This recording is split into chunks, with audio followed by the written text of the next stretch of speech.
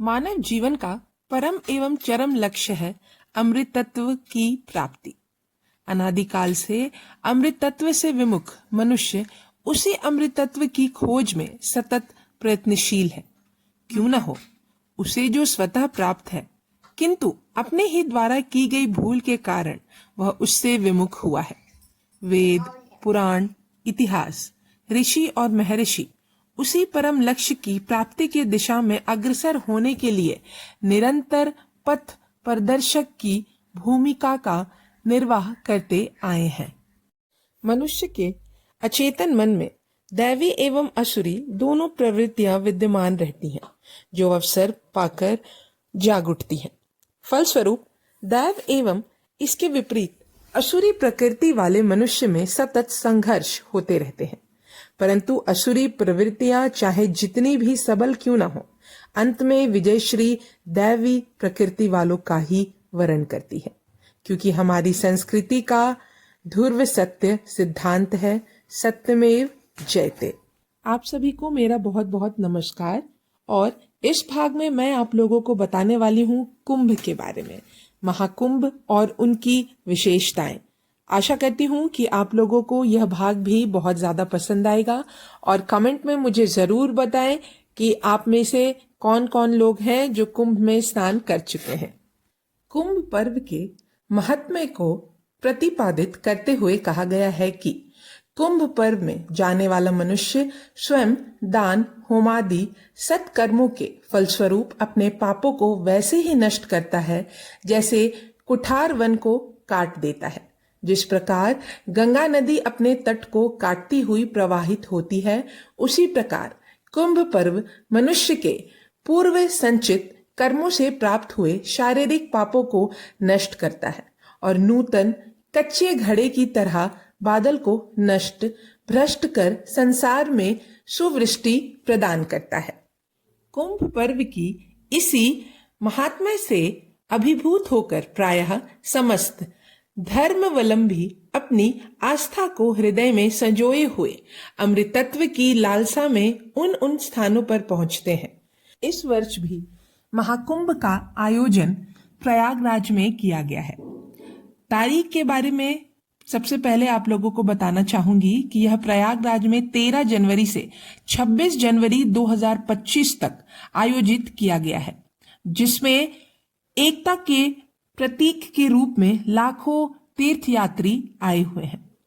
कुंभ शब्द की उत्पत्तिता कुंभक, अमृता की अमृत का पवित्र घड़ा धातु से हुई है। कुंभ मेले के बारे में कुछ चीजें हम जान लेते हैं।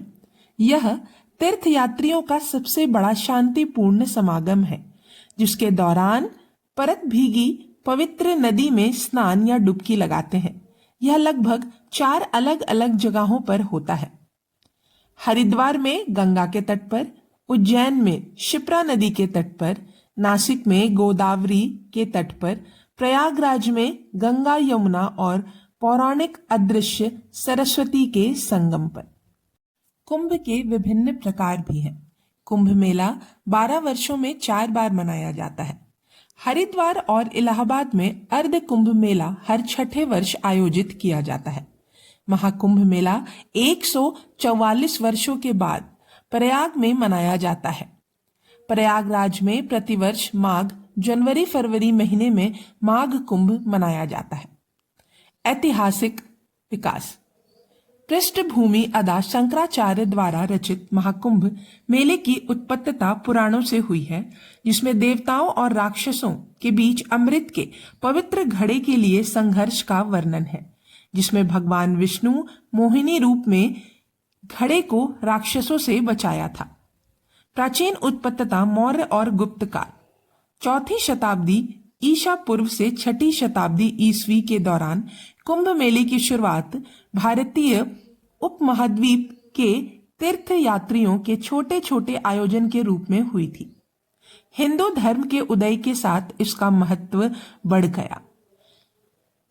मध्यकाल में संस्करण चोल और विजयनगर साम्राज्यों, दलील सल्तनत और मुगलों जैसे शाही राजवंशों द्वारा इसे समर्थन मिला। अकबर ने धार्मिक सहिष्णुता को बढ़ावा देने के क्रम में वर्ष 1595 में नागा साधुओं को मेले में शाही परिवेश का नेतृत्व करने का सम्मान दिया। प्रयागराज में कुंभ मेले का आयोजन प्रारंभिक किया। कुंभ मेले के महत्व और विद्वता से प्रभावित होकर ब्रिटिश प्रशासकों ने इस उत्सव का अवलोकन करने के साथ इसका दस्तावेजीकरण किया। 19वीं शताब्दी में जेम्स परसिप्स ने इसकी अनुष्ठानिक प्रथाओं और सामाजिक धार्मिक गतिशीलता का वर्णन किया। सबसे बड़ी यातायात एवं भीड़ प्रबंधन योजना हुई थी 2019 के, जिसे 3 गिनीज वर्ल्ड ऑफ रिकॉर्ड में दर्जित है। सबसे बड़ा स्वच्छता और अपशिष्ट निपटान तंत्र। कुंभ का महत्व। आध्यात्मिक प्रासंगिक। ऐसा माना जाता है कि त्रिवेणी संगम, गंगा यमुना सरस्वती संगम के पवित्र जल में स्नान करने से पापों से मुक्ति तथा आध्यात्मिक मुक्ति मोक्ष की ओर मार्गदर्शन मिलता है। कुंभ मेले के भक्ति कीर्तन, भजन और कथक, भरतनाट्यम और कुचिपुड़ी जैसे पारंपरिक नृत्य आध्यात्मिक एकता तथा दिव्य प्रेम के विषयों पर प्रकाश डालते हैं। अनुष्ठान एवं गतिविधियां। शाही स्नान। संत और अखाड़े जुलूस के साथ औपचारिक रूप से स्नान करते हैं। इसे राजयोगी स्नान के नाम से भी जाना जाता है। यह महाकुंभ मेले की शुरुआत का प्रतीक है। अखाड़ा शब्द की उत्पत्ति अखंड से हुई है, जिसका अर्थ अविभाज्य है। जीवन शैली की रक्षा के लिए तपस्वी संगठनों को एकजुट करने का प्रयास किया। अखाड़े सामाजिक दस्तावेज एकता, सांस्कृतिक और नैतिकता के प्रतीक है, जो आध्यात्मिक तथा नैतिक मूल्यों पर ध्यान केंद्रित करते हैं। वे सदागुण, नैतिकता, आत्मसंयम, करुणा एवं धार्मिकता पर जोर देते हैं। साथ ही विविधता में एकता के प्रतीक हैं। अखाड़ों को उनके इष्ट देवता के आधार पर वर्गीकृत किया जा सकता है। शैव अखाड़े भगवान शिव की विभिन्न रूपों में पूजा करता है। वैष्णव अखाड़ा भगवान विष्णु के विभिन्न रूपों में पूजा करते हैं। उदासीन अखाड़ा चंदर देव, प्रथम सुखी गुरु नानक के पुत्र द्वारा स्थापित। पेशवाई जुलूस अखाड़ों के पारंपरिक जुलूस का एक भव्य नजारा, जैसे पेशवाई के नाम से जाना जाता है, जिसमें हाथी, घोड़े और रथों पर प्रतिभागी शामिल होते हैं। अभी इसे यहीं समाप्त करती हूँ और अगले भाग में हम जानेंगे महाकुंभ पर्व एक परिचय। आशा करती हूँ यह भाग भी आप लोगों को बहुत ज्यादा पसंद आएगा और कमेंट में मुझे जरूर बताइएगा कि आप लोगों को ये जानकारियां कैसी लग रही हैं। तब तक के लिए